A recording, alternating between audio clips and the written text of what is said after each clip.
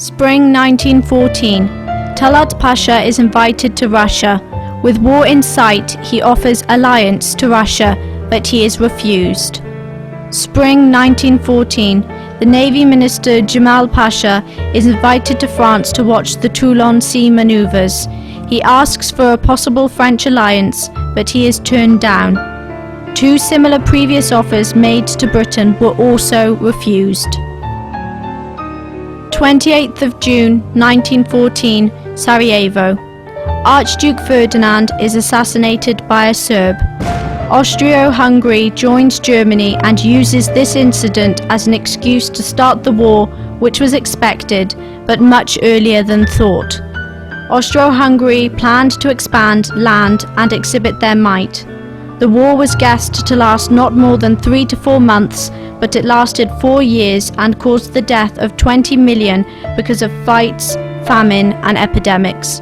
Starvation was one of the British weapons. Pictured are Sultan Reshnet Dreadnought and Sultan Osman I Dreadnought. July 1914. Britain confiscates the 2 ready battleships paid by people's donations. Sailors sent to take delivery return empty-handed. This incident causes a great public reaction against Britain. About the same time, USA is selling 2 battleships, Mississippi and Idaho, to Greece. The Turks offer a higher price but fail to stop the sale or buy the ships. The 1st of August 1914. Germany and Austro-Hungary Empire join as Axis states and start World War I. 2nd of August 1914. Enver had made a secret deal with the Germans. Instead of waiting for its turn to be portioned, it will join Germany for victory. There is no cash or equipment. The Germans lend 5 million Ottoman gold at 6% interest rate. When the money arrives, 2 German battleships take refuge in Turkish waters, and soon they go out into the Black Sea to shell Russian seaports. Ottoman government finds herself in a state of war without even knowing it. France and Britain close their embassies while USA plays for a neutral country. All capitulations are abrogated unilaterally. Mid-August 1914. Dashnak's 8th Congress in Erzurum, their future capital. Their friends the Young Turks send a delegation of 28 party members to offer autonomy, which was just wavered, and under German guarantee in return for 2 conditions. A. Turkish Armenians will fight full-heartedly in the Turkish army against enemies. B. Armenians in Russia will revolt to keep the Russian armies engaged behind enemy lines. The first Dashnak treason.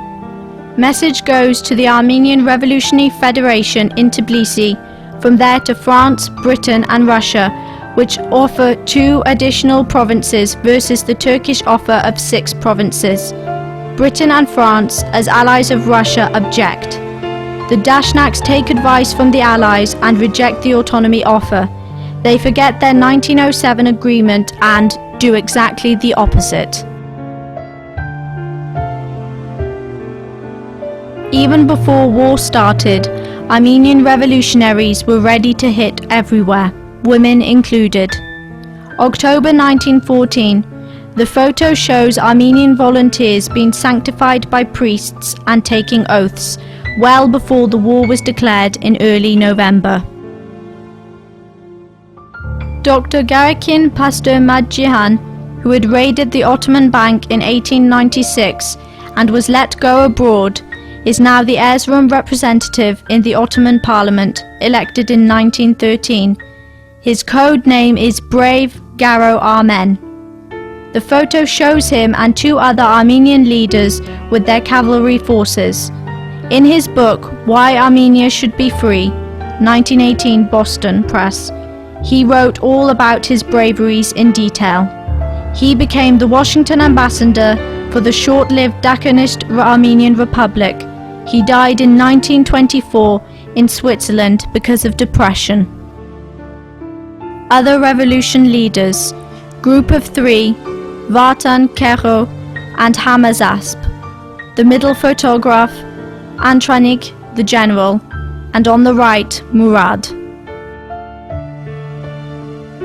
November the 2nd, 1914, 2 Turkish-flagged German battleships bombard Sebastopol, Odessa, and other Russian seaports. Because of this sudden attack, Russia declares war on the Ottoman Empire. Mid-November 1914, Armenian soldiers in the Turkish army flee with their rifles to enemy lines. They and Armenian volunteer gangs show paths to Russian army, sabotage the back supply and communication lines.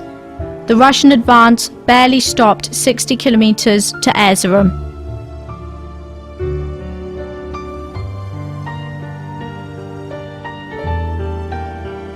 Armenian volunteers posing in November 1914.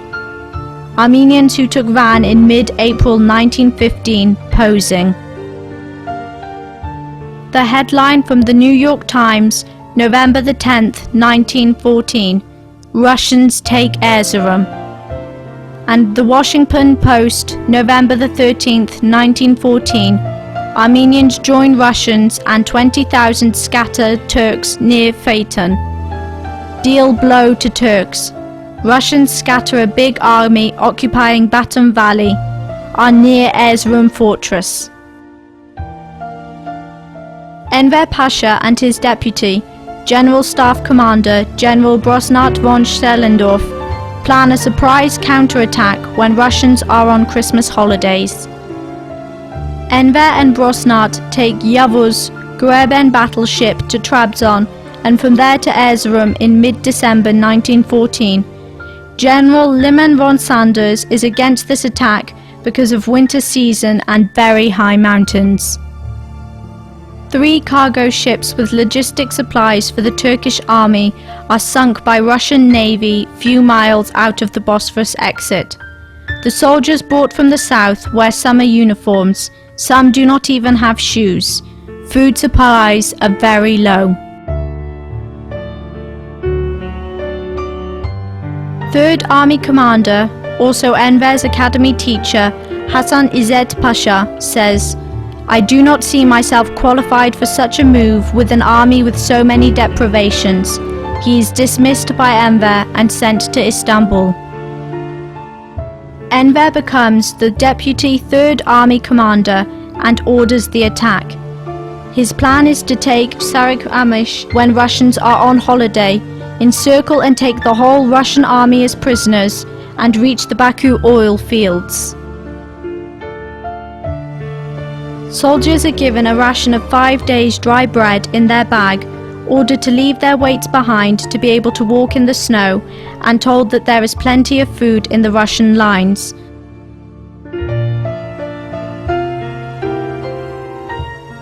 Army platoons lose each other in the -30°C blizzards. Soldiers die in caves and open areas because of disease, hunger and cold, freezing like ice statues. Enver didn't calculate the delay caused by the Armenian volunteers' resistance, which gave the Russians the time to come back. 25th of December 1914 to the 6th of January 1915. In this short period, out of the 90,000 men, army, about 70,000 die in the possible shortest time in history. Enver and Brosnat barely escaped from falling prisoners to Russians. Many Turkish generals, their staff and soldiers fall prisoner. Some were saved from death with bread and hot tea provided by the Russians. This gigantic disaster is kept secret by strict censorship. The Reno Evening Gazette, January the 7th, 1915. Headline: Armenians fight for Russians. The New York Times, January the 8th, 1915. The headline: From America to Fight.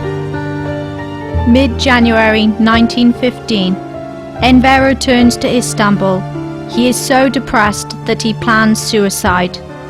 But the Armenians are in revolt in Van and Jamal Pasha is about to launch his attack on the Suez Canal. Due to urgencies and priorities, Talat Pasha manages to change Enver's suicidal plans. February 1915. Another campaign planned by Jamal Pasha to the Suez Canal fails because the British were expecting them. 2,000 out of the 12,000 men army die at Suez in the fights. The Sinai Desert, which was known to be impossible to cross on foot, was crossed both ways by the Turkish army. February to March 1915. Revolts start everywhere in Anatolia and seriously in Van. The Allied fleet starts bombarding the Dardanelles, including civilian buildings. In March, the shelling is intensified. Mid-April 1915, the city and fortress of Van fall to Armenian revolutionaries. Out of 80,000 Muslims, only 1,500 are left alive. Mid-April 1915, Enver sends a last warning to the Armenian Patriarchate to stop the fifth column sabotages or else face the results. Turks were losing everywhere and the British Navy was about to pass through the Dardanelles. This last notice was taken as a bluff and disregarded. 20th of April 1915, General Brosnart von Schnellendorf, as Deputy to Minister of War, signs a declaration protesting the shelling of civil buildings by the Allied Navy. Soon thereafter, Germans tell Turks to clear war zones of all people and animals. 24th of April 1915. The Ottoman government arrests 235 Armenian dignitaries known to be connected to the Dashnaks and send them out of Istanbul to resettle in towns around Ankara under supervision. This is the date celebrated as the Day of Genocide. No one was killed. Most of the exiles returned to Istanbul a few months later. Only very few were imprisoned. 24th of April 1915, the same night. Allied armies, British, French and Anzac, land at various points on the Gallipoli Peninsula. The alternatives for freeing war zones of people were: 1. Push the people like herds towards enemy lines and let them die between the crossfire, if any. Russian method. 2. Temporarily resettle people in safe parts of the empire where war could not reach them and let them return when the war was won for sure. All people, including Muslims, were made to go from the war zones. This stopped engagement of the army at the back when it was most needed up front. The second difficult alternative was selected. Urgently, a temporary relocation law was penned and enforced on the 27th of May 1915 and posted on May 30th in the official Gazette. Armenians living in the western cities, those in state organizations, were exempted. There were Armenians in army code rooms. Some of them had medals for their loyalties. Deportees could take their movable goods, stock and ox carts. In some cases, state-supplied ox carts were given to the needy. Transfer camps were hurriedly set up, with kitchen and health staff, but their efficiency is disputable. Most camps even had Armenian priests serving the groups passing through. There were no fences or sentinels. It was the first time province governors had had to run such a mass movement without enough time, personnel, money, food or means. Trained gendarmes were already in the army up front. Some of the substitutes that could be found on short notice were incapable and untrained. Yet 48 gendarmeries died in fights trying to guard their columns. The End of the Ottoman Empire by A. L. Malsfi, page 133. As for the unfortunate consequences of the policy of deportation, entirely unplanned and unintended, those were merely the outcome of sickness and exhaustion suffered by the deportees on their long marches, of the attacks launched by marauding gangs of Kurds and other irresponsible elements beyond government control, and also the poverty and deprivation by all inhabitants of the area, Turks as well as Armenian, in that period. Documentary evidence would appear to support the Turkish view. Continued, page 315. Excesses were committed by all sides. The arrival of Protestant missionaries singing "Onward Christian Soldiers" amongst the once quiet Armenians alarmed the Ottomans into thinking that the process which had turned their Bulgarian-Serbian Rieja was about to be repeated. Why Armenia Should Be Free, by G. Pastor Madjian, Boston, 1918, page 10. That the American people realize that Armenians are not an anemic and unaggressive people with no fighting blood in their veins, that the Armenians have not been butchered like sheep, but, on the contrary, have fought most bravely and resisted most stubbornly the savage attacks of the Turks whenever they had an opportunity. Page 21. The 10th Army Corps, during march from Olti to Sarıkamış, suffered a delay of 24 hours in the Barduz Pass. This enabled Russians to concentrate a sufficient force. The Turks suffered a loss of 30,000 men, mostly due to cold rather than the Russian arms. 600 Armenians fell in the Barduz Pass, which saved 60,000 Russians from being taken prisoners by Turks. Page 37.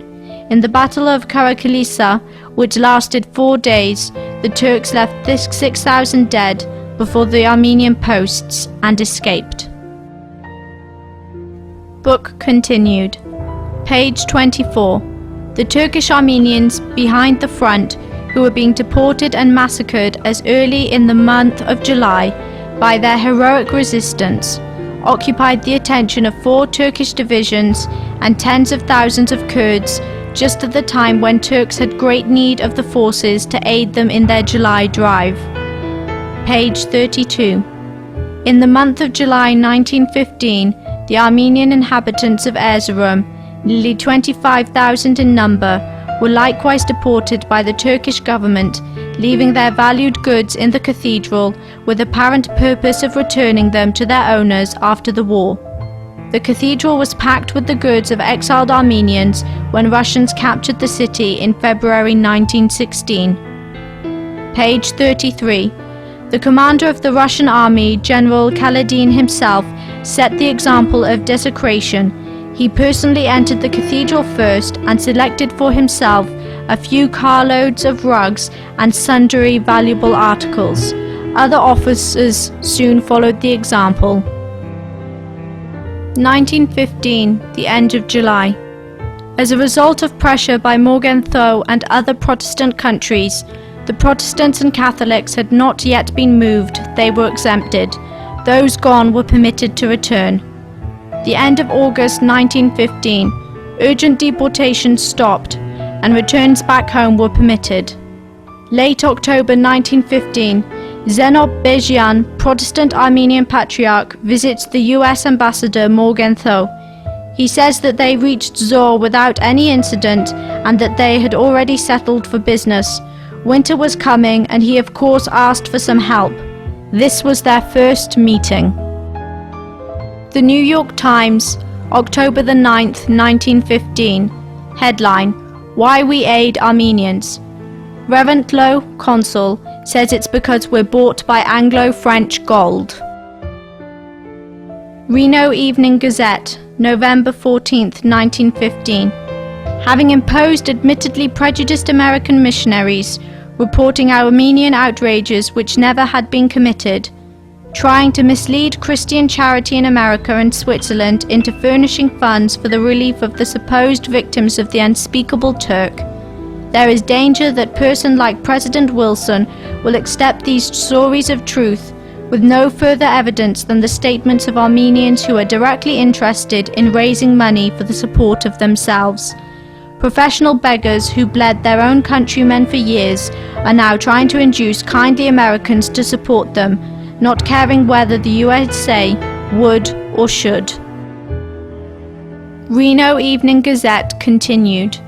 Ambassador Morgenthau appears to have fallen a ready victim to the smooth rascals that by apocryphal tales of outrages have procured contributions from their Armenian countrymen abroad and have lived in luxury on the proceeds for the last 30 years.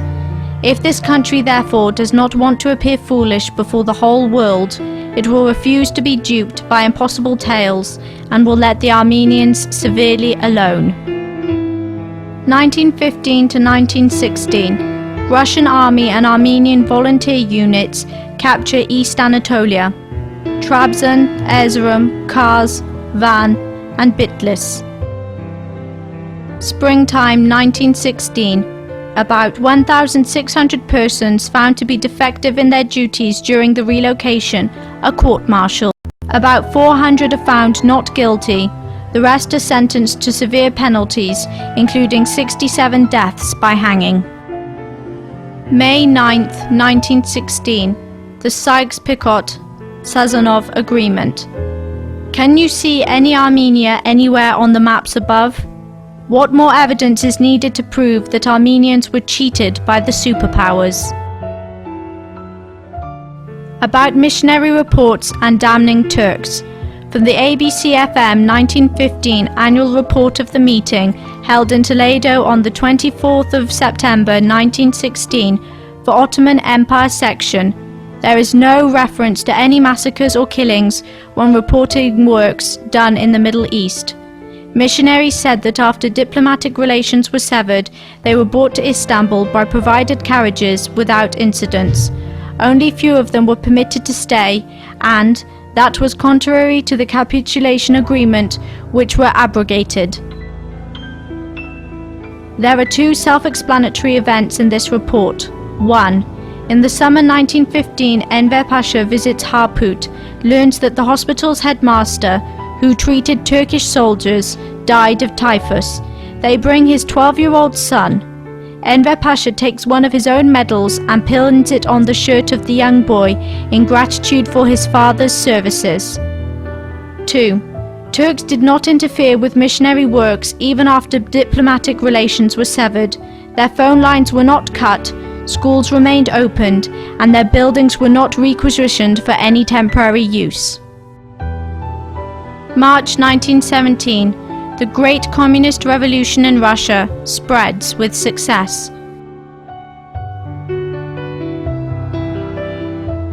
November 1917.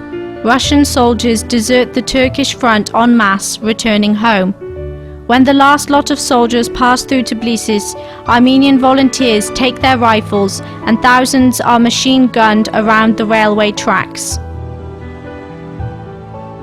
Above, 1917, the Palestine Front, regiment flag and cavalry on camels. To the far left, 1915 Dardanelles, Rasim, son of Hassan, one of the 100,000s of martyrs. And on the right, Kazim, son of Hassan, his brother, Sailor on Göben Yavuz, my father. January 1918, Russian armies completely evacuate the Turkish front. Now all lines are in the hands of Armenian volunteers only. Notice on the picture below. Why is the American flag among the victors? Isn't she supposed to be neutral? 10th of the 2nd, 1918. Communists advance a formation of Sejm, Corsican Federation between Armenia, Azerbaijan, Georgia and Dagestan is fulfilled. Federation declared. 28th of May 1918. Sejm members split. Each declare independence. New Armenian Republic founded under Ottoman Empire's protection. Ex-Sejm chairman H. Kachaznudi now becomes Prime Minister. Sends delegation to Istanbul to thank Sultan Mehmet VI. October the 8th, 1918. Bulgaria surrenders. The Western Front collapses. Within a week, Talat Pasha cabinet resigns. Reputed young Turks flee to other countries. On October the 30th, 1918, the Mudros ceasefire. the Ottoman Empire surrenders voluntarily for milder treatment, and before becoming occupied by the victor's armies. The Second Dashnakist Treason, February the 7th, 1919. Armenian PM Kachazunudi meets General Walker, commander of the British Army in Persia. With his permission, starts to occupy the areas of the Protector Ottoman Empire, such as Nakhchivan, Kars, and the surroundings. The Second Treason Continued. This book tells the Armenian claims at the 1919 Paris conference. The photo shows Colonel House, personal advisor, who suggested to President Wilson to declare war on the Turks and take Armenia under mandate. Page 8 of this document confirms that 1,293,000 Armenians are alive. This means that after the death of 1,500,000 Armenians, out of the total population in 1914 of 1,300,000, we have a balance of 1,293,000 in February 1919. Can someone explain this? This is a document of the second betrayal on the Turks. On the 3rd of March 1918, Russians had signed the Brest-Litovsk Treaty with Turks and Germans. Previously taken lands were returned. On the 29th of May 1918, Kassyov was begging Turks in Batum for peace. But 1 month after the Mudros ceasefire, the Batum peace was annulled.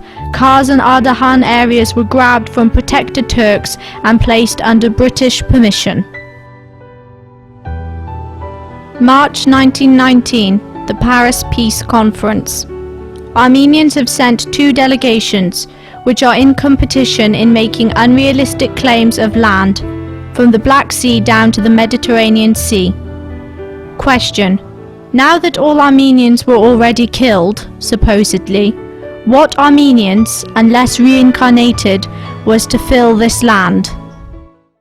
Now that all Armenians were already killed, supposedly, what Armenians, unless reincarnated, was to fill this land?